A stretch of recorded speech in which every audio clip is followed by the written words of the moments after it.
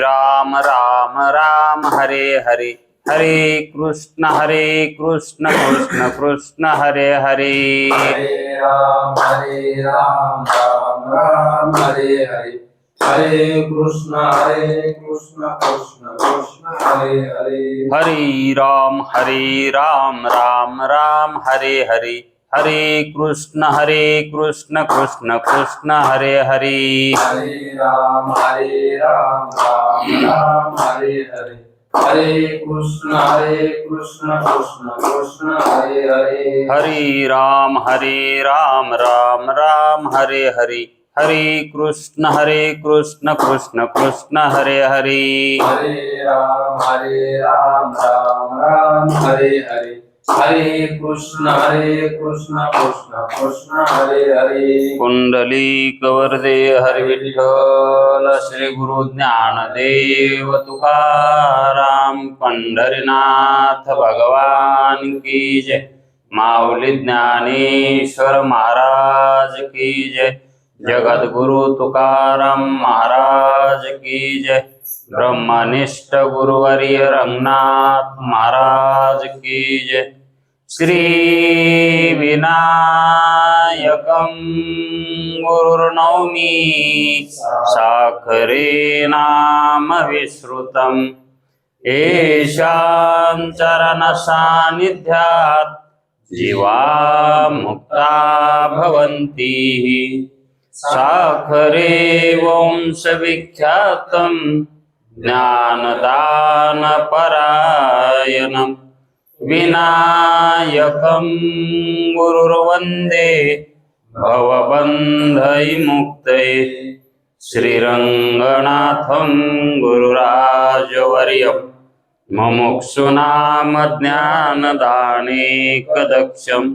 प्रभावती क्षेत्रनिवासिनं नमामि वेदान्तविदां वरिष्ठं। पुण्डलीकवरदे हरिविठ्ठल श्री गुरु ज्ञानदेव तुकाराम, पंढरीनाथ भगवान की जय। माऊली ज्ञानेश्वर महाराज की जय।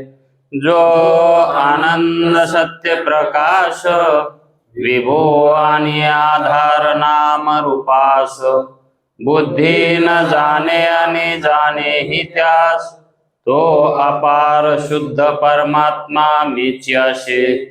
माझे अपार स्वरूप समुद्रावरती, जणू तरंग ब्रह्मा विष्णू महेश गणपती, सूर्य चंद्र वरुण यम मिरविती, देवी कुबेर ही तैसेची। जो सर्वज्ञ आणि दयाघन, मुनी हृदयी ज्याचे करीती ध्यान, त्याचे बुद्धी उपाधी करुणा, नित्या भान मजची माझी होतसे। ज्याच्या ज्ञाने भाषे जगत, जसा दोरीवरी सर्प दिसत, दोरी दोई ठाई ना सर्प जगत, ते स्वतंत्राने स्वयं ब्रह्म मीची असे। पुण्य पुरुषी सदैव निष्काम, बोध प्राप्ती कारणे भजावा राम, तो मीची आहे आत्माप्त काम, तरी नमन कवना करावे म्या। जयांचे केलिया स्मरण, सकल देशे होय आदिकरण, तेची वंदू श्रीचरण श्री गुरूंचे, ते नमस्कारून आता। चला विचार सागर तरंग 5वा, परिच्छेद 15वा। कालच्या परिच्छेदामधल्या काही पंक्ती राहिल्या त्या घेऊन हा परिच्छेद घेऊ। तर काल विषय असा चालू लागला की माया ही ब्रह्माचे आश्रित आहे आणि तिचं स्वरूप सत्ता असत्ताहून विलक्षण आहे, अनिर्वचनीय मिथ्या आहे। मग तिचं स्वरूप आपल्या अनुभूतीला येण्यासाठी तिने अवस्थेमध्ये आहे। जागृतीमध्येही आहे, स्वप्नामध्येही आहे आणि सुषुप्तीमध्येही आहे. जागृतीमध्ये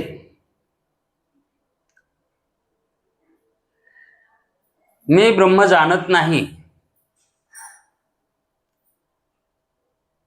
मला ब्रह्म कळत नाही, अशी जी अनुभूती येते जागृतीमध्ये,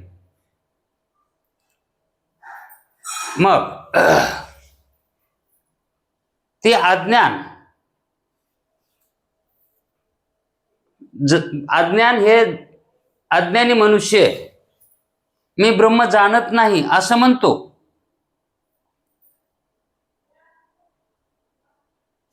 ते मायाचं कार्य आहे.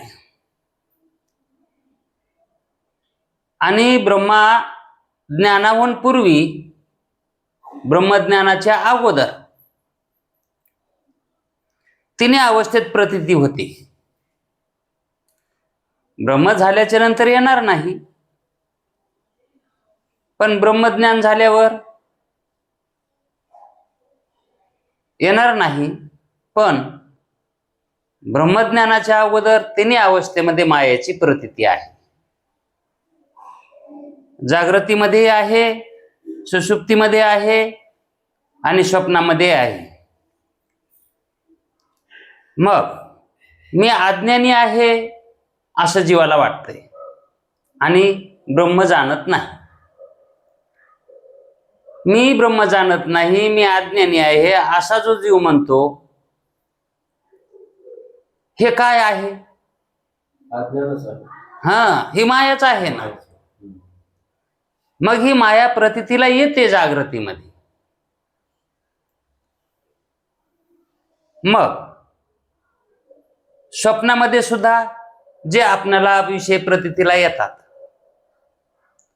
ते विषय कोणी उत्पन्न केलेत ते मायाचेच कार्य आहेत. जे कार्य रूपानं स्वप्न आपल्याला प्रतीतीला येतं ते कार्य कोणाचं आहे? मायाचंच आहे. अविद्याचंच कार्य आहे ते. माया काय ना अविद्या काय ना अज्ञान काय. मग ते माया कार्य आपल्याला जे प्रतीतीला येतंय त्याची आपल्याला प्रतीती येती, मग अनुभूती नाही का? मायाची प्रतीतीला आली ना. मग माया जशी जागृतीमध्येही कळते, स्वप्नामध्येही कळते, पण सुषुप्तीमध्ये तर आपण झोपलेला असतो, तिथं माया कळायला नाही पाहिजे ना. पण तिथं सुद्धा त्या मायेचा प्रभाव आहे, तिथं सुद्धा मायाचं ज्ञान होतंय. कसं? आपण झोपेतून जर जाग झालो तर मी झोपेत काही जाणत नव्हतो, मी झोपेत काही जाणत नव्हतो. ही जी आपणाला प्रतिभिज्ञा व्हायली, प्रतिभिज्ञा ज्ञान किंवा संस्कार, ते संस्कार कुठले सांगायला होत आपण? मी झोपेत काही जाणत नव्हतो, हे आपल्याला ज्ञान कुठलंय? झोपेमधलीच आहे ना. हे आपण जे बोलून दाखवायलो जाग झाल्यावर, हे कुठेला दाखवायलो बोलून? आणि काय दाखवायलो? मी झोपेमध्ये काही जाणत नव्हतो. मग काही जाणत नव्हतात ना, याची तुम्हाला अनुभूती यायली का नाही? अज्ञानाची. मी काही जाणत नव्हतो, हे अज्ञानाची तुम्हाला स्मृती व्हायली का नाही? आठवण व्हायली का नाही? मग ते ज्ञान अज्ञान रूपी, मी काही जाणत नव्हतो असं, हे जे तुम्हाला अनुभूतीला आलंय ते कसं आलंय? कळाल्याशिवाय आलंय का? झोपेत मी काही जाणत नव्हतो हे कळाल्याशिवाय कळायलंय का? कळाल्या वाचून थोडंच कळायलंय ते. कळाले म्हणून. कळायले म्हणूनच कळायले ना. मग ते मी काही जाणत नव्हतो हे कळणंच आहे ना, हे जाणणं नाही का? मग तिथेही जाणणेपणा आहे, पण पंथ जाणणेपणा आहे, काहीही जाणत नाही हे जाणणेपणा. मग तो जाणणेपणा झोपीतला अज्ञानाचा, ती मायाच आहे. ते अज्ञान जे आहे का, ती मायाच आहे. ते मायाचं तसं स्वरूप आहे.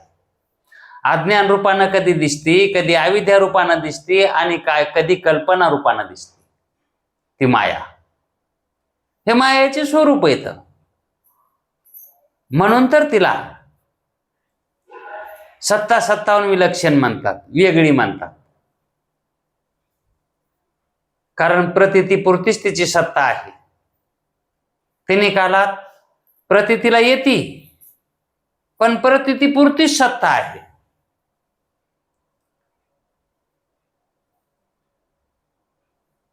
ते पदार्थ उत्पन्न होतात, पण पदार्थ पुन्हा राहत नाहीत. ओघ रूपानं सारखं चालू आहे. मग अनादि आहे, अनंत कालापासून आहे, पण त्या मायेमध्ये ब्रह्मासारखे लक्षण नाहीत.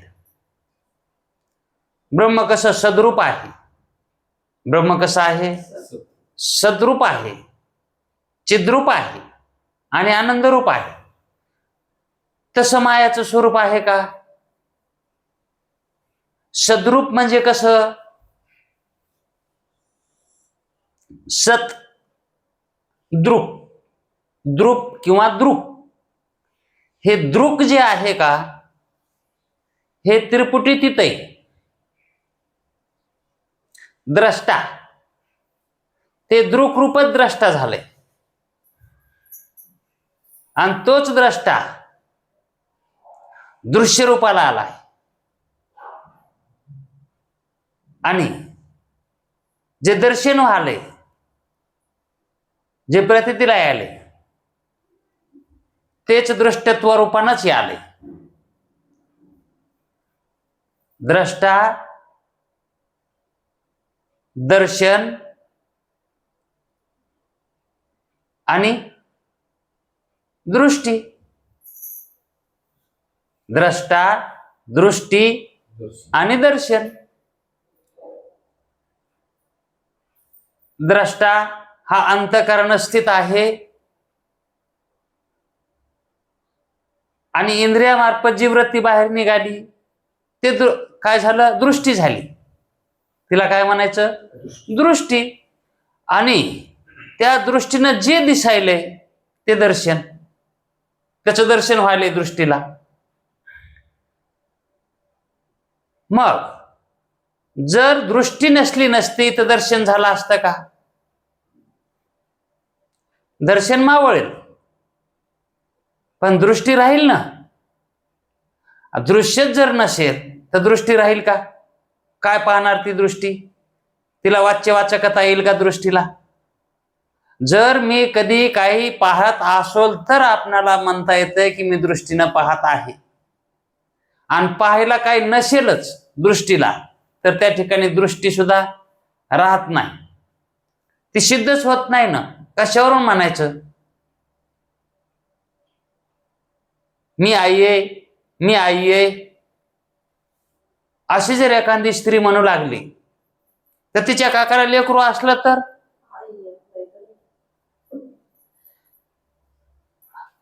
लेकरू जर नसल तर ती आई म्हणता येत नाही तिला, ती बाई असल पण आई नाही.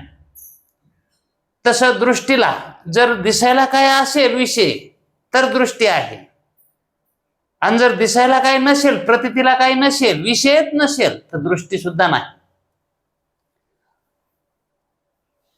मग दृष्टी आणि दृश्य हे जर मावळले तर द्रष्टा शिल्लक राहतो.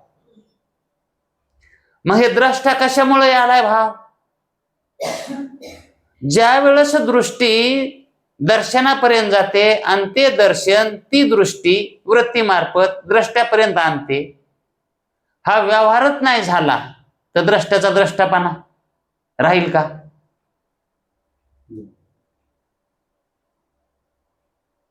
जर दर्शनाचं ज्ञान, दर्शनाचं विषयाचं ज्ञान दृष्टीनं द्रष्ट्याला आणून दिलंच नाही तर तो द्रष्टा राहील का? व्यवहारच नाही घडल्यावर तिथं काय सिद्ध होणार आहे? मग ही त्रिपुटी मावळली. ही त्रिपुटी काय होते? उत्पन्न होते आणि मावळते, सदोदित राहत नाही. मग ह्या त्रिपुटीला जे कारण अधिष्ठान होतं, दृक्रूप, द्रष्ट्याचं अधिष्ठान द्रुप, आणि ते द्रुप खरं सत आहे. आणि मग हे द्रष्टा, दृष्टी, दर्शन हे कसं होतं? हे मायावी कल्पित होतं, उत्पन्न होऊ लागलं. कुणाला? साक्षीला. हे कोण जाणू लागलं? साक्षी जाणू लागला. आणि त्या साक्षीलाही त्या त्रिपुटीमुळे साक्षीत्व आले. त्रिपुटी मावळी की साक्षी राहत नाही, तो साक्षी ब्रह्मरूप होतो. तो साक्षी कसा होणार? ब्रह्मरूप होणार. अहो, कुटस्थाच्या ठिकाणी जे कुटस्थ आहे, पदार्थाच्या ठिकाणी जे कुटस्थ चैतन्य आहे, तो पदार्थ नाही राहिला तर ते कुटस्थ काय होणार? पुन्हा त्याला कुटस्थ म्हणता येईल का? तसा जो साक्षी आहे ते द्रष्टा झाला, दृश्य रूपाला आला, दृष्टी रूपाला आला. म्हणून त्या ठिकाणी या तिन्हीचं संकलन जे व्हायलंय, व्यवहार जो व्हायला, हे कोण जाणायलाय? साक्षी जाणायलाय. म्हणून ते जाणायलाय म्हणून साक्षी. आणि हे क्रिया जर बंद पडल्या तर, त्रिपुटी संपली तर त्या साक्षीचं साक्षीच पण राहीन का?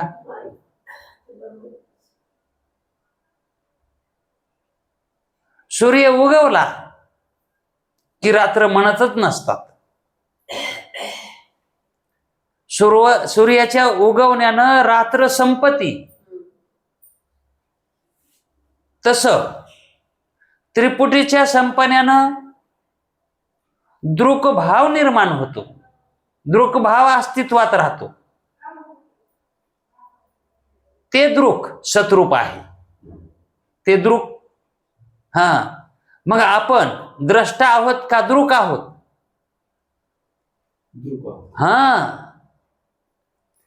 कारण द्रष्टा,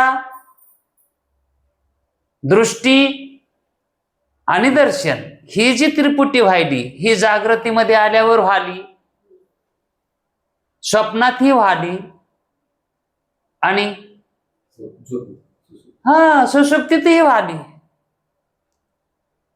मग माया ही तिन्ही अवस्थेमध्ये प्रतीतीला येते. पण कशी येते? जागृतीमध्ये झोप नाही, जागृतीमध्ये स्वप्न नाही, स्वप्नामध्ये जागृती नाही, स्वप्नामध्ये सुषुप्ती नाही, आणि सुषुप्तीमध्ये हे दोन्ही नाहीत. जागृता नाही आणि स्वप्न बी नाही. मग माया कशी आहे? कुठे आहे आणि कुठे नाही? आणि ब्रह्म तसं आहे का? आपण तिन्ही अवस्थेत आहोत, आपण तिन्ही अवस्थेत आहोत. मग ते सद्रूप जे आहे ते परमात्म्याचं स्वरूप व्यापक आहे. तसं मायाचं आहे का? मग ब्रह्माला सद्रूप मानता येतं, पण मायाला सद्रूप मानता येतं का?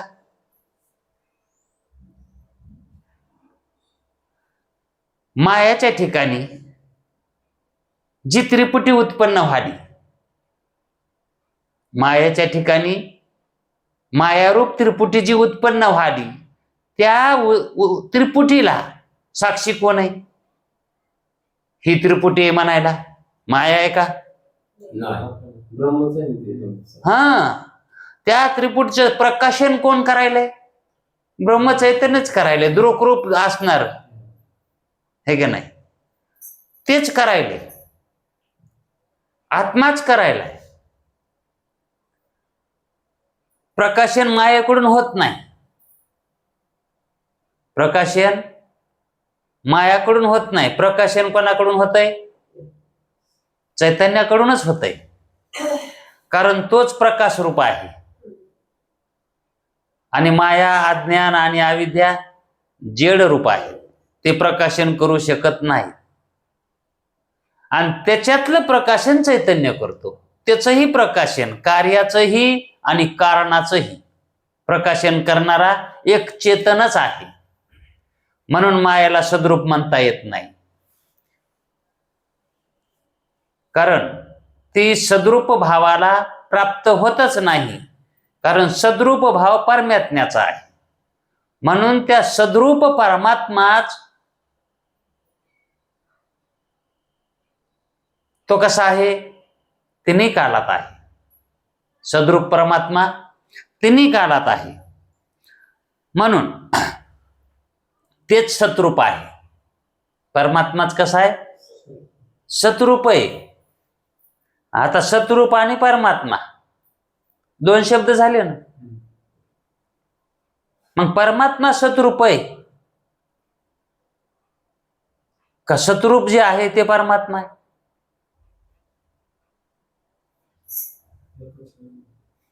देव सत्य आहे का? सत्य देव आहे. सत्यच देव आहे. सतरूपच. देव सत्य असं जर म्हणलं, देव सत्य असं जर म्हणलं, तर ते सत्य जे आहे का ते सत्य देवाला विशेषण होईल. सत्य हे देवाचं काय झालं? विशेषण झालं. आणि जे सत्य आहे का ते देव आहे असं जर म्हणलं सामान्य, तर मग ते विशेष्य काय होईल? विशेषण काय होईल? विशेष्य होईल. अगोदर विशेषण जे झालं होतं ते विशेष्य होईल, आणि विशेषण त्याला देव लागेल. मग देव विशेषण आहे का विशेष्य आहे? देव हा जो शब्द आहे, हा अंगभूत देव आहे का शब्द आहे? हा है का नाही? देव या शब्दानं अंगभूताचं ज्ञान होय नाही. कशाचं? त्या वस्तूचं. तिला वस्तू म्हणा, त्याच्यामुळे माऊली वस्तू हे नाव घेते, तर देव म्हणत नाही. तर देव आणि सत्य हे संबोधन वस्तूशी आहे. कोण्या वस्तूशी? जे निराकार असणाऱ्या वस्तूशी, अक्रिय असणाऱ्या वस्तूशी. ती वस्तू तिला आपण खरं ठरविण्यासाठी तिला सत्य म्हणायलो. पण आपण त्याला सत्य म्हणायलो म्हणून ते सत्य आहे का? तुम्ही म्हणा की न म्हणा, ते सतरूपच आहे का नाही? आणि देव, आता त्या देवाला आपण देव जरी म्हणलं तरी मग त्या देवामध्ये पर्याय आहे. कोणता देव? पहिली गोष्ट तर कोणता देव? कशाचा देव? देवामध्ये जे सामान्य स्वरूपाचे ज्ञान होणार ते देव या शब्दात होत नाही. देव हा देहासंबंधी आलेला केलेला उच्चार आहे. देहासंबंधी केलेला उच्चार आहे हा देह, आणि तो देव. आता तो देव आणि हा देह, मग तो हे जे आपलं लक्ष चाललेलं आहे ते कोणत्या देवाशी चाललंय? निर्गुण, निराकार. आता त्याला नाम देता येते का? तरी पण त्याला ते नाम देव हे दिले. नाम काय दिलं? देव दिलं. मग त्या देवाच्या नामानं त्याचं संबोधन व्हालंय का? देवाच्या नामानं त्या वस्तूचं संबोधन आपल्याला बोधन व्हालंय का? फक्त त्या शब्दाचं ज्ञान व्हालंय. देव या शब्दाचं ज्ञान व्हालंय, पण त्याच्या स्वरूपाचं ज्ञान व्हालंय का देवाच्या? आणि सत या शब्दानं त्याच्या स्वरूपाचं, कारण ते सतरूप आहे, असत रूप नाही, है का नाही? असं त्या ठिकाणी आपल्याला ज्ञान व्हायले. म्हणून देव जे आहे ते सत्य आहे. ते सत्य आहे. ज्याला देव देव म्हणतात ना, ते सत्य आहे. आणि जे सत्य आहे का, ते देव कधीच होत नाही. सत्य देव होत नाही. आपण म्हणायलो देव, आपण जो देव देव म्हणायलो ते सत्याला म्हणायलो तर आपण देव. मग हे देव हा शब्द आपण वेदानं मांडलेला आहे. हा त्या सत्याकडून देव शब्द नाही, त्या वस्तूकडून देव हा शब्द नाही. त्या वस्तूला तर ब्र करता येत नाही, त्याच्याबद्दल काही बोलता येत नाही. उगीच बैसावे खेची भले, उगच बसणं हेच चांगले. त्याचं जर आपल्याला वर्णन करायचं असलं तर उगच बसणं, गज बसणं हेच त्याचं सांगणं आहे की हा असा आहे म्हणून. काहीही ज्याच्याबद्दल बोलता येत नाही असा तो आहे, असं त्याचं सद्रूप आहे. तो सतद्रूप, दृष्टीच्याही पलीकडचा, द्रष्ट्याच्याही पलीकडचा आणि दर्शनाच्याही पलीकडचा. ही तर त्रिपुटी कल्पित आहे. पाहणारा ज्यानं पाहायलाय ते दृष्टी आणि दर्शन ही त्रिपुटी कल्पित अशी तर स्वप्नात होती ना. मग स्वप्नातलाच त्या त्रिपुटीचा कारभार सगळा, क्रिया सगळी आपण मिथ्या म्हणून, असत म्हणून तिचा त्याग करतो. मग तसं जागृतीतली ही त्रिपुटी जी व्हायली ही स्वप्नातल्या त्रिपुटी सारखीच आहे ना. मग ह्या ज्या त्रिपुट्या उत्पन्न व्हायल्यात ह्या मायाचे कार्य येत. हे कार्य कोणाचे येतं? हे मायाचे कार्य येतं. कसे कार्य व्हायले तर माया ही कल्पनेमध्ये आपण मांडली आहे. माया कशी मांडली? कल्पनेत मांडली. म्हणून कल्पना ही कार्य झाले. कल्पना काय झाली? आणि त्या कार्यामुळं आपण ते कारण मानलंय माया. त्या कल्पनेचं कारण काय?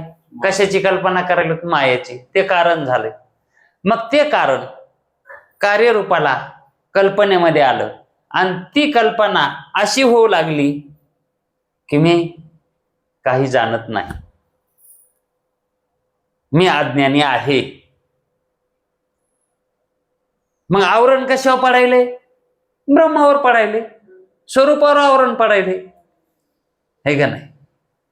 मग तीच कल्पना, त्या कल्पनेचंच कार्य म्हणून जे अविद्या झाली आहे त्या अविद्येचं आवरण कशावर आहे? स्वरूपावर आहे. आणि मग ते आवरण असल्यामुळं जीव काय म्हणायलाय? मी कोण आहे मला माहित नाही. ब्रह्म कसा आहे ते कळत नाही. मी ब्रह्म जाणीत नाही. मी कोण आहे मला कळत नाही. हे जे अज्ञानाचा व्यवहार त्याचा व्हायलाय का, हे कशामुळे व्हायलाय? आवरणामुळं. अविद्येचं आवरण आहे. है का नाही? आणि ते आवरण असल्यामुळं कार्यरूपाला अज्ञानी आले. कार्यरूपाला, मग ते कार्यरूपाला जे अज्ञानी आले म्हणजे हा विक्षेप आपणाला प्रतीतीला आलाय. हा दिसायला सगळा काय आहे? ह्या त्रिपुटीचा जो बाजार दिसायला का आपल्याला, व्हायलेली त्रिपुटी, व्हायलेली चाललेली, हा बाजार त्रिपुटीचा हा आपण कशामुळं पाहिलो? हे अज्ञानाचं कार्य आहे, हे विक्षेप आहे. हे कशामुळं? तर हे अविद्येचं कार्य आहे. हे काय आहे? ही त्रिपुटी कोणाचं कार्य आहे? अविद्येचं कार्य आहे. याला उपादान कारण अविद्या आहे, याला उपादान कारण माया आहे, याला उपादान कारण अज्ञान आहे. तेच अज्ञान, ती मायाच कार्यरूपाला ज्यावेळेस येते, ती माया कार्यरूपाला येते त्यावेळेस ती अज्ञानानं येते. कार्यरूपाला येणं म्हणजे अज्ञानानं येणं, आवरणानं येणं म्हणजे अविद्येनं येणं, आणि आच्छादन करणं म्हणजे स्वरूपाला न कळू देणं म्हणजेच माया. हे अशा कार्य तिचं त्रिपुटीमध्ये कार्य, हे जसं जसं कार्य होईल तसं तसं तिची ती उपाधी थोड्या अंशानं बदलते. कार्यरूपाला आलं की अज्ञान, हे की नाही? आता चंद्र एकच असतो कुठं? आकाशात. चंद्र दररोज तोच आहे ना, मग तो रोज बदलल्यासारखा दिसतो. रोज रोज तसाच दिसतो का? दिसतो, पण वेगवेगळा दिसतो, है का नाही? आणि मग त्याच्यामध्ये वेगवेगळा पण जे आपल्याला जे दिसायला लागले ते कशामुळे दिसायले? त्याच्यात वेगळे पण लहान मोठेपणा का दिसायला आपणाला? त्याच्यामध्ये कला का आपल्याला प्रतीतीला यायल्यात? कार्यामुळं. कार्य घडायले ना, त्याच्यात काहीतरी कार्य घडायले. कालची अवस्था आज नाही त्याची, आणि आजची अवस्था उद्या राहणार नाही चंद्राची. म्हणजे काल जी त्याची अवस्था म्हणजे जे आकार होता त्याच्यापेक्षा आज आपल्याला थोडासा मोठा दिसेल, आणि आजच्या पेक्षा उद्या त्याच्यापेक्षा मोठा दिसेल, है का नाही? आणि तशीच त्याच्या उलट सुद्धा त्याची क्रिया होत असते. मग ह्या ज्या क्रिया व्हायल्या आता, लहान मोठं, मोठ्याचं लहान, ह्या ज्या क्रिया व्हायल्या आता, ह्या क्रिया कशात येतात? कशामुळे व्हायल्यात? कार्यामुळेच व्हायल्यात ना. मग कोण कार्य करायले? हे चंद्र तर जशाला तसाच आहे, तो लहान बी होत नाही. होतो का? होत असेल का तसं? आणि मग ते कार्य लहान मोठं कोण दाखवायले करून? कोणीतरी करीतच असेल ना. हे कार्य घडायले, हे लहान मोठं कशामुळे दिसायले? कार्यामुळं. मग हे कार्य कोण करायले? हा, म्हणजेच अंधार. हा अंधार कार्य करायला तिथं. ते अंधारामुळे लहान मोठा दिसायला आहे का त्या अंधाराच्या कार्यामुळं? अंधाराच्या कार्यामुळे. हा, अंधारामुळं नाही, अंधाराच्या कार्यामुळं. अंधारात जर कार्य झाले नसते तर लहान मोठा दिसला असता का?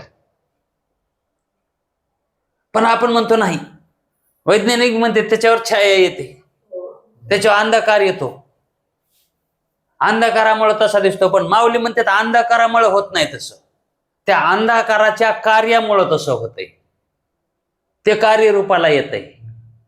अंधकारच काय होतो? कार्यरूपाला. ते विक्षेप आहे, त्याला काय म्हणायचं? हा, तो विक्षेप आहे. लहान मोठं वस्तू तिचं एकच आहे, जशी आहे तशीच आहे, पण तिच्यात विक्षेप प्रतीतीला जो येतो का, ते मायाचं कार्य आहे, अज्ञानाचं कार्य आहे, अविद्येचं कार्य आहे. ते कार्य आहे त्याचं. विक्षेप म्हणजेच कार्य. मग ही माया विक्षेपाला परिणाम पावती. ही माया आच्छादन करायला पावती, आच्छादन करू शकते. कार्य विक्षेप दाखवू शकते, कारण ती अचिंत्य शक्ती आहे. ती शक्ती कशी आहे? पण ती स्वतंत्र नाही, तिला स्वतंत्र करता येत नाही. का म्हणून तर ती जड आहे. आणि जडामध्ये ज्या वेळेस चैतन्याचा प्रभाव, चैतन्याची सामर्थ्यवान असणारी जी चेतना आहे, ती चेतनाच त्या जडाकडून करून घेते, किंवा ते जडच त्याच्या शक्तीवर ते कार्य, त्याच्या सामर्थ्यावर हे कार्य करीत आहे. आणि जर ते चेतनाचं सहाय्य जर त्याला नसलं तर ते जड काहीच करत नाही. आणि त्या जडही चैतन्याला नाही मिळालं तरी तिथं कार्य होत नाही. मग हे कार्य जे उत्पन्न होतात का ह्या दोघांच्या संबंधानं होतात, संयोगानं होतात. कार्य जे होतात संयोगानं होतात. मग हा जो संयोग आहे का, हा संयोग सत्य आहे का? नाही. हा संयोग मायावी आहे, कल्पनेतला आहे. हे कल्पनेचं कार्य व्हालंय तिथं.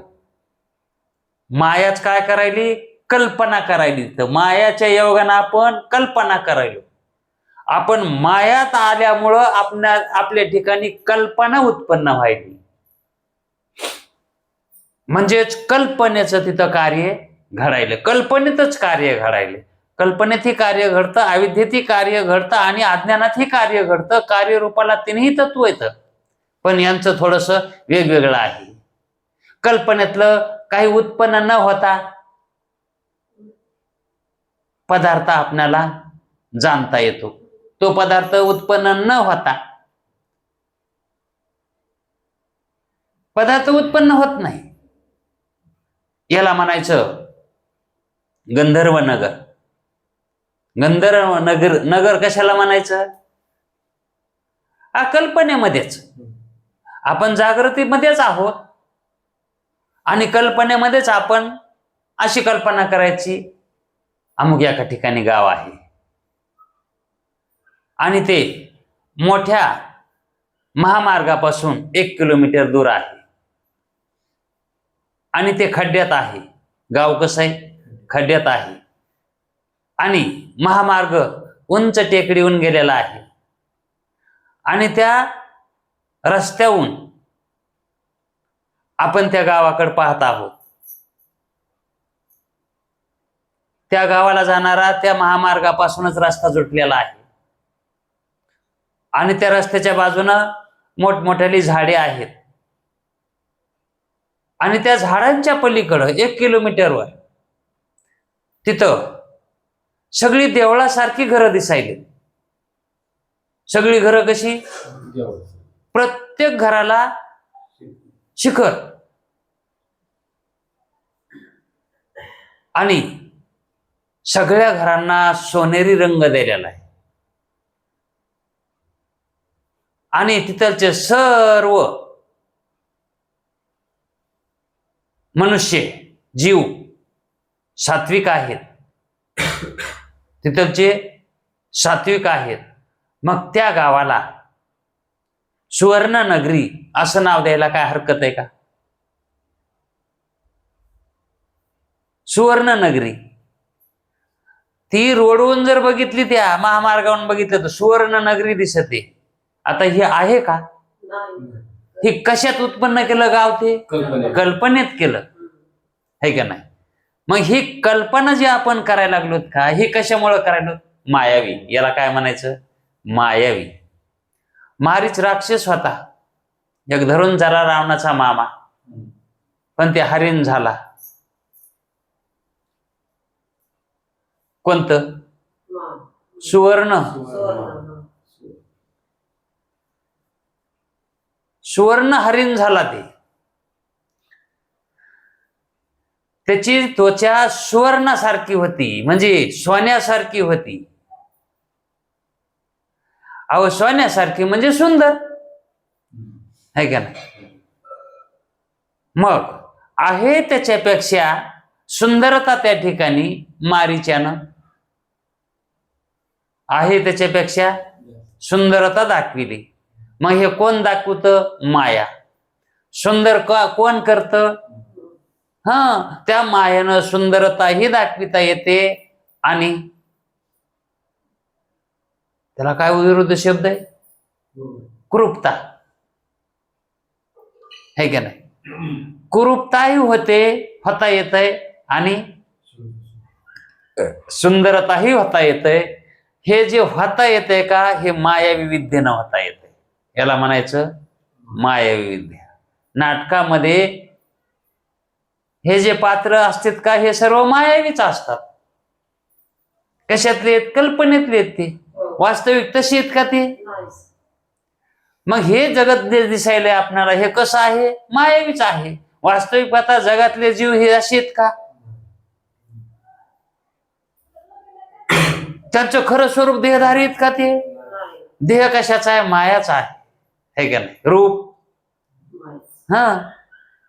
पण जीवाचं स्वरूप तसं आहे का? जीव चैतन्य रूप आहे. मग हे जे दिसायले हे सर्व मायाचे रूप दिसायले. मग त्या मायाला सद्रूप म्हणता येईल का? तिचं रूप कसं आहे? कधी असतं आणि कधी नसतं, म्हणून तिला असत रूप म्हणतात. असत रूप, असद्रूप आणि सद्रूप हे परमात्मा आहे आणि असद्रूप माया आहे.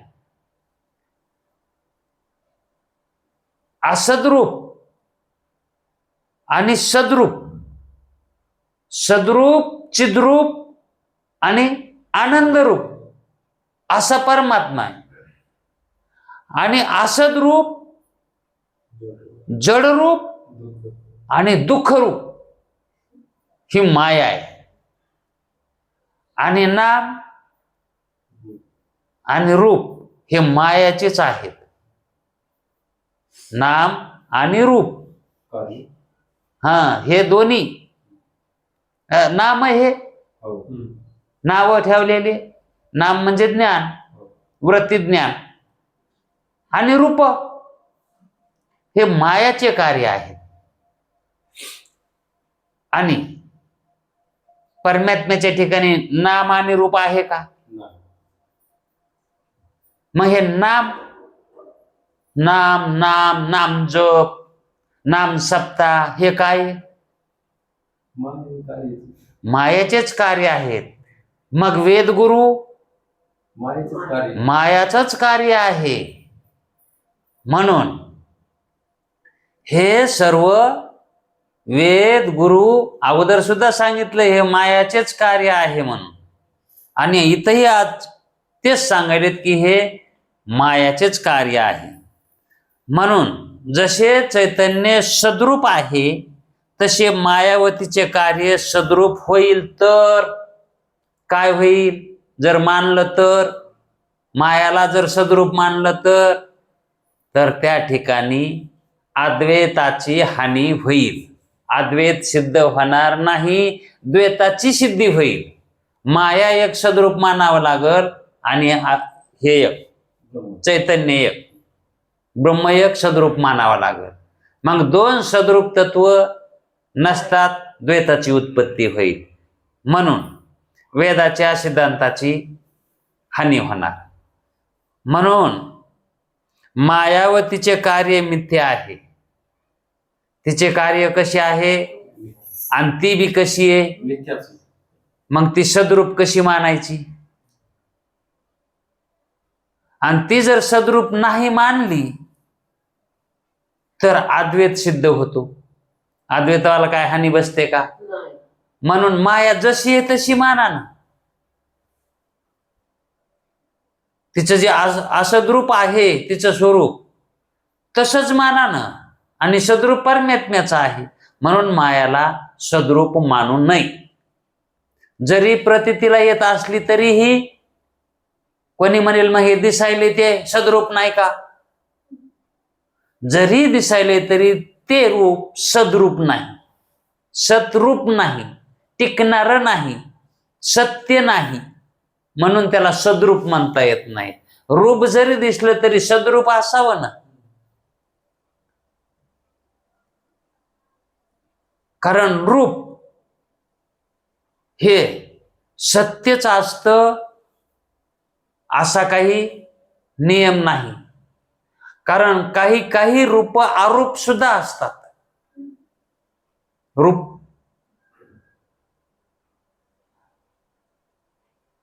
आरोप,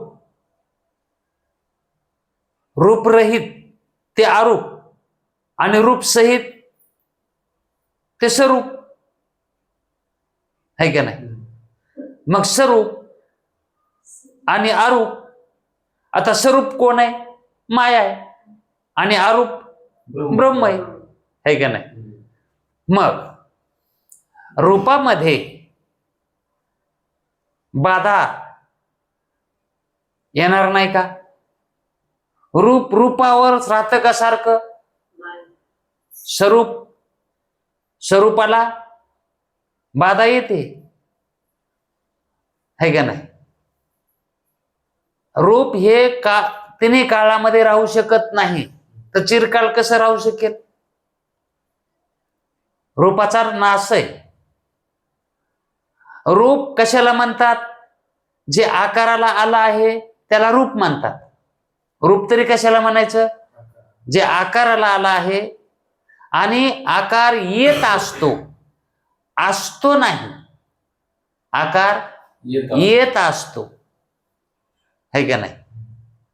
तो मूळचा नसतो, जो येतो तो आकार, आणि आल्याला राहत नसतो, म्हणून आकाराचा नाश आहे, म्हणून रूपाचा नाश आहे. आणि रूपाचा नाश झाला की त्या रूपाला दिलेलं जे नाम होतं ते नाम हे कसं होणार? त्याच्यासोबतच जाणार का नाही. सर्पाचा नाश झाला दोरीच्या ज्ञानानं की सर्पाच्या ज्ञानाचाही नाश त्याचबरोबर आहे.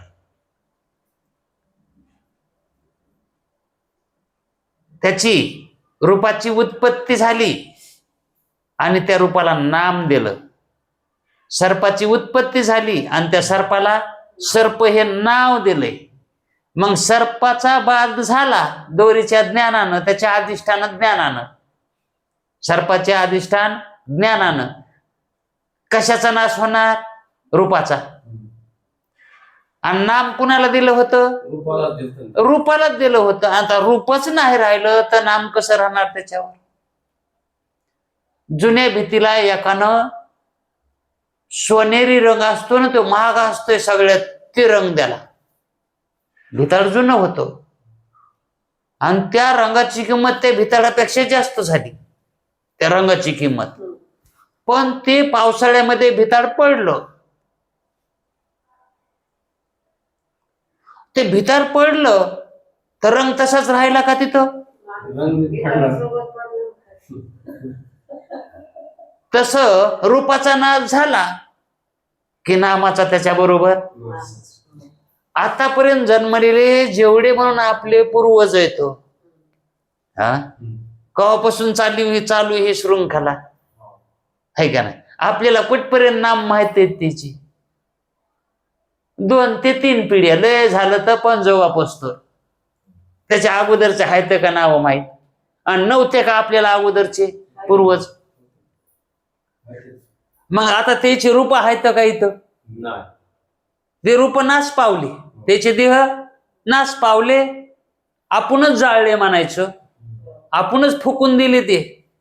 आणि त्याचबरोबर ते नाम सुद्धा जळून गेले. म्हणजे रूपाबरोबर नाम सुद्धा जात असतं है का नाही. कारण नाम आणि रूप हे मायेचे तत्व आहेत, हे कोणाचे तत्व आहेत, म्हणून ते राहिले नाहीत. पण जे आपण फुकून दिला का तो देह होता, पण ते देहातला होता का त्यानं दुसरा देह धारण केला, त्याचा नाश नाही झाला, ते सद्रूप आहे. जर तो आत्मज्ञानानं मुक्त झाला असेल तर तो ब्रह्मरूप झाला, आणि जर त्याच्या ठिकाणी वासना संकल्प काय असले तर तो दुसऱ्या योनीला प्राप्त झाला. पण तो नाश पावला नाही. नाश काय पावलं? नाम आणि रूप. म्हणून मायाचं स्वरूप हे कसं आहे? अंतवान. कसं आहे? हा, माया अंतवान आहे. अंतवती, अंतवान. आणि ब्रह्म कसं आहे? अनंत आहे. तो कसा आहे? हा, आणि ही अंतवती आहे. मग अनंताचा नाश होत नाही. त्या नामातच त्याच्या काय आहे? अंतवती, जिचा अंत होतो ती. आणि जो अनंत आहे, ज्याचा अंत होत नाही, तो अनंत आहे का नाही? त्याच्या नामामध्येच त्यांचं काय आहे? पण आहे का नाही? ज्ञान होतंय. म्हणून माया व त्याचे कार्य सद्रूप होईल. कसं मानलं तर? माया आणि तिचं कार्य, हा, तिला जर सद्रूप मानलं ब्रह्मासारखं, तर मग तीही सद्रूपच होईल. मग अद्वैताची हानी होईल. अद्वैत टिकणार नाही, राहणार नाही. पण मायावतीचे कार्य मिथ्या आहे, म्हणून द्वैत सिद्ध होत नाही. जगत केवढं जरी झालं निर्माण, तरी पण अद्वैताची हानी होत नाही, द्वैत सिद्ध होत नाही. जगत जरी निर्माण झालं तरी द्वैत सिद्ध होत नाही. जरी द्वैत दिसला तरी द्वैत सिद्ध होत नाही. आणि सिद्ध झाला तर हाय म्हणायचं. सिद्धच होत नसेल तर आहे. ते गुरुजीनं दृष्टांत द्यालता. एक पुरुष म्हणू लागला, ही माझी पत्नी आहे, ही माझी बायको आहे.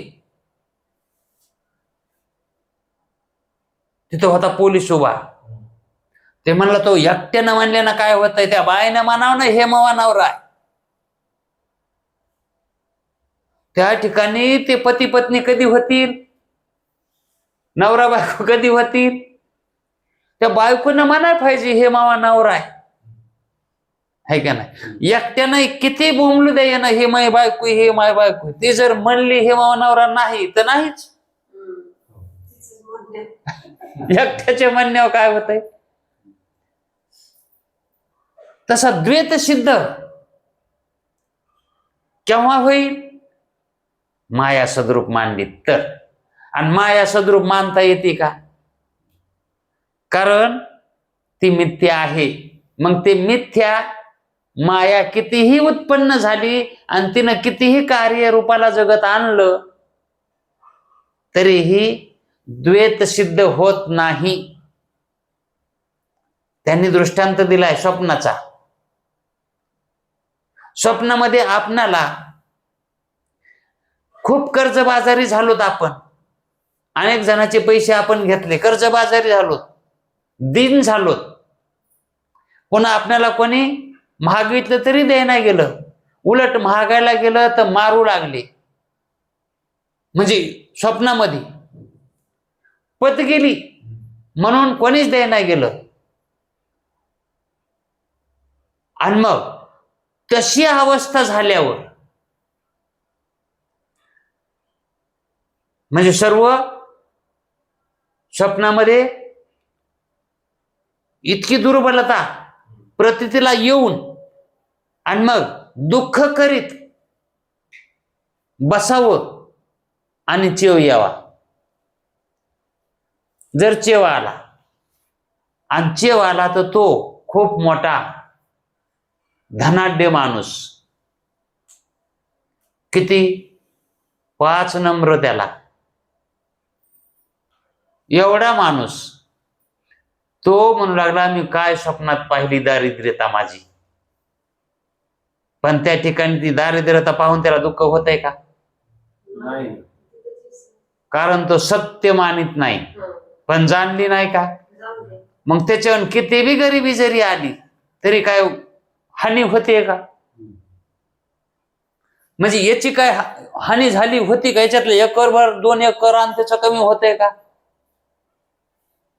स्वप्नात त्यानं किती भीक मागितलं तरी जागेपणे तो जसा आहे तसा श्रीमंत, जसा आहे तसाच आहे. त्याच्यात काही बदल पडत नाही. म्हणजेच त्याच्या अद्वैताची हानी व्हायली का? तशी कल्पित प्रतीती कितीही जरी आली, स्वप्न तसे रोज जरी किती बऱ्या पडले तरी काही होत नाही. जागृतीत काय होतंय का? जागृतीतल्या संपत्तीवर काही परिणाम पडतो का? तसा त्याप्रमाणे ही माया कितीही उत्पन्न जरी झाली तरी परमात्म्यावर काही परिणाम पडत नाही. का म्हणतो तो सद्रूप आहे आणि हे मिथ्या असद्रूप आहे. माया कशी आहे? मिथ्या आहे ना असद्रूप आहे. मग ही किती बी उत्पन्न झाली तरी होईना. परमात्म्यावर थोडाच काय परिणाम पडायला. तसा आपल्या ठिकाणी कितीही व्यवहार होत असला आपल्या वृत्तीनं, ह्या त्रिपुटीचा कितीही व्यवहार होत असला तरी आपण त्या त्रिपुटीत आहेत का? अलिप्त आहेत, है का नाही? ती त्रिपुटी मायाची मिथ्या व्हायलेलं आपण साक्षी आहेत त्याची. आपण अलिप्त आहेत ना. आपण बद्ध व्हायलोत का? मग किती बी उत्पन्न झाली त्रिपुटी रोजची रोज तरी आपल्या स्वरूपामध्ये काय हानी व्हाली का? आपण जसे आहोत तसेच आहेत ना.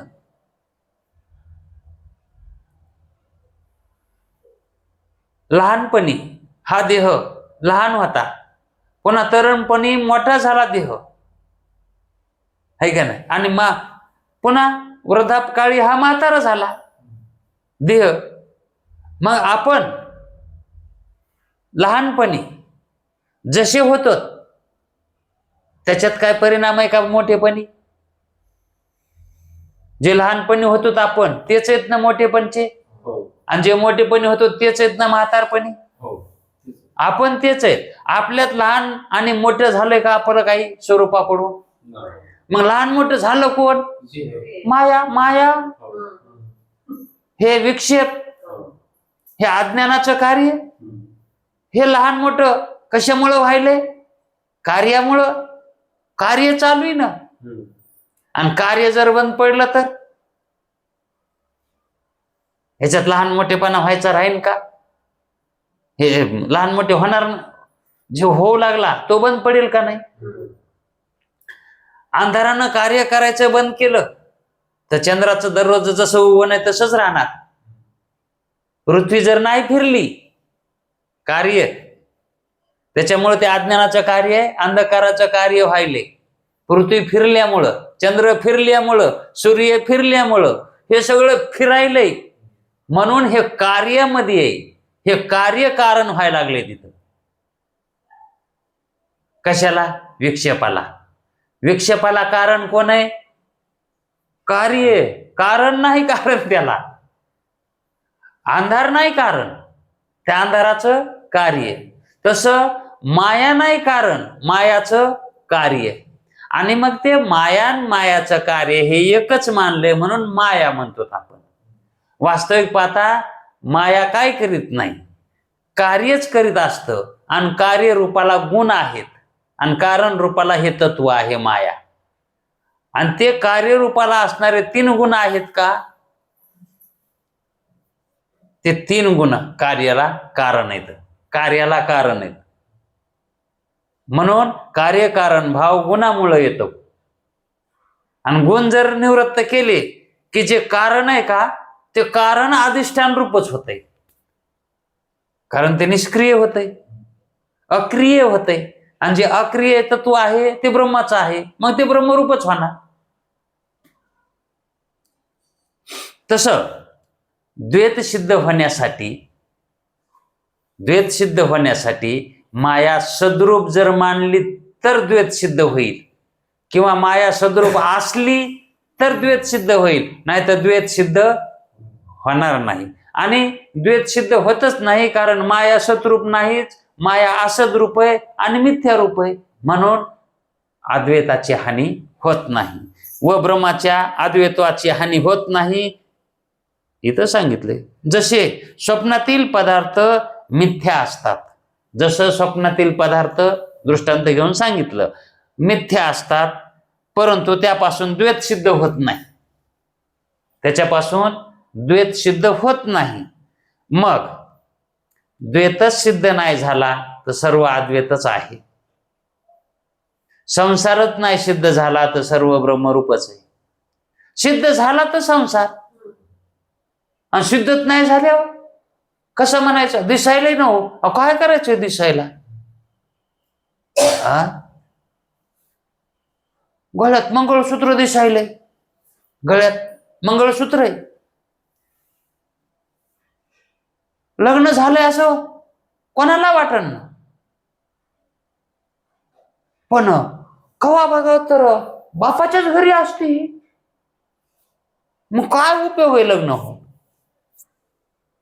जर लग्न करून मुलगी बापाच्याच घरी आहे तर त्याला लग्न म्हणते का? मग म्हणजे सिद्ध व्हाले का ती? जरी दिसलं तर त्याचा काय उपयोग आहे का? जरी पोत दिसायली गळ्यात, डोरलं दिसायलंय गळ्यात, हे कोणाचं डोरलंय? नवऱ्याचं आहे. आणि मग इथं कसं काय ती?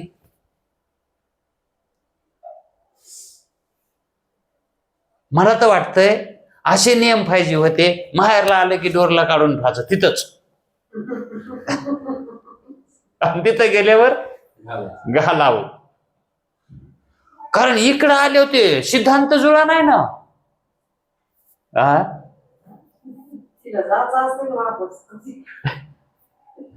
हो, पण ते वापस जाऊस तर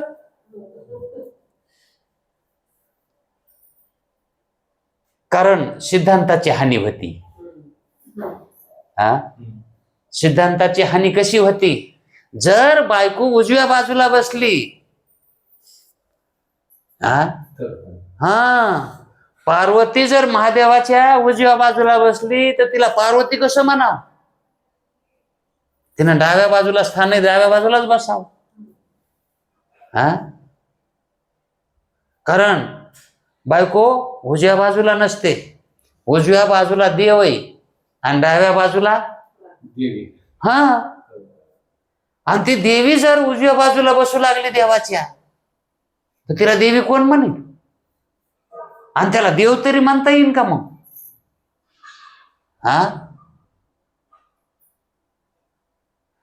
जीवानं जर स्वरूपावर राहिलं तर तो ब्रह्मरूपच आहे, त्याला ब्रह्मरूप म्हणता येईल. पण जीव जर देहाच्या अधीन झाला, मनाच्या अधीन झाला तर त्याला देव कोण म्हणेल? मग देव कोण आहे आणि जीव कोण आहे हे ह्याच्यावरूनच कळत आहे.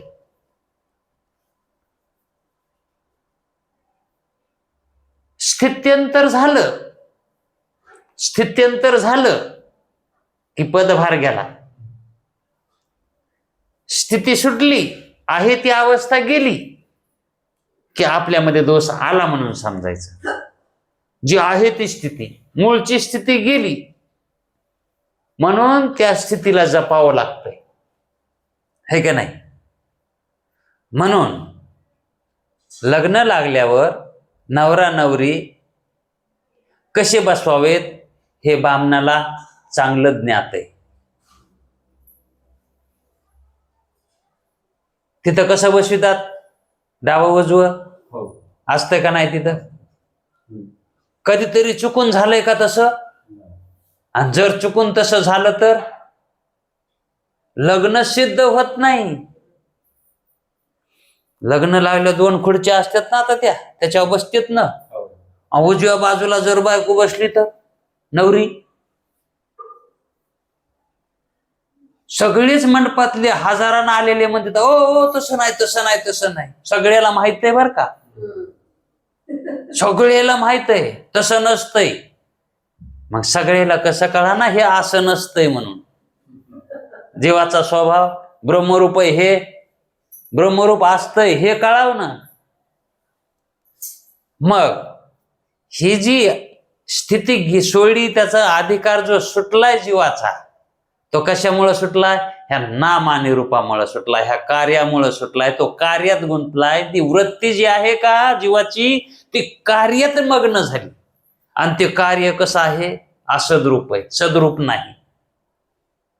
ते कार्य मिथ्या आहे आणि त्या मिथ्या कार्याला सत्य म्हणून मानून बसलाय जीव.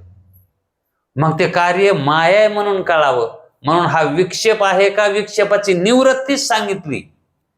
विक्षेपाची निवृत्ती. आता निवृत्ती म्हणजे ते दिसूच नाही का विक्षेप? दिसत असताना सुद्धा नाही रूपानं त्याचं आपणाला अस्तित्व कळावं. नाही रूपानं. जे आहे रूपानं दिसायलंय का ते नाही रूपानं वाटावं. गाडगं दिसायलंय ना, माती दिसाव. ते नाव कसं आहे? दिलेलं आहे. ते खरं नाव आहे का? त्या आकाराला दिलेलं नाव आहे. आकार कोणाचा आहे? त्या मातीचाच आहे. है का नाही? म्हणून ही सर्व मायाची प्रतीती आहे ना, ही सर्व मिथ्या आहे. हीच मायाची आपल्याला प्रतीती तिन्ही अवस्थेत येते आणि तिन्ही अवस्थेमध्ये ज्या त्रिपुट्या आपण पाहिलो त्या सर्व मायाचं कार्य आहे. आणि यालाच विक्षेप म्हणायचं. आणि हीच विक्षेप निवृत्ती. साधकानं जर ही विक्षेप निवृत्ती केली तर त्याला ब्रह्मरूपता आहे त्या स्थितीमध्ये प्राप्त होती. विक्षेप निवृत्त झाला की तो ब्रह्मरूप आनंद वाप्तीच आहे. पुन्हा नंतर आनंदच आहे. आनंदातच राहतो तो त्रिपुटीचा नाश झाल्यावर. असद्रूप गेलं की सद्रूपच आहे पुन्हा. अशी मायाची लक्षणं सांगून तिचा रास केलाय. मायाचा रास केलाय आणि ब्रह्मता स्पष्ट करून दिली आहे. आता हे जे आपण अज्ञानाचं, मायाचं, द्वैताचं हे आपण सिद्ध वेदांताच्या मतानुसार पाहिलं आहे का नाही, शास्त्राच्या मतानुसार पाहिलं. पण काय काय वेदांतामध्ये असे आहेत काही माणसं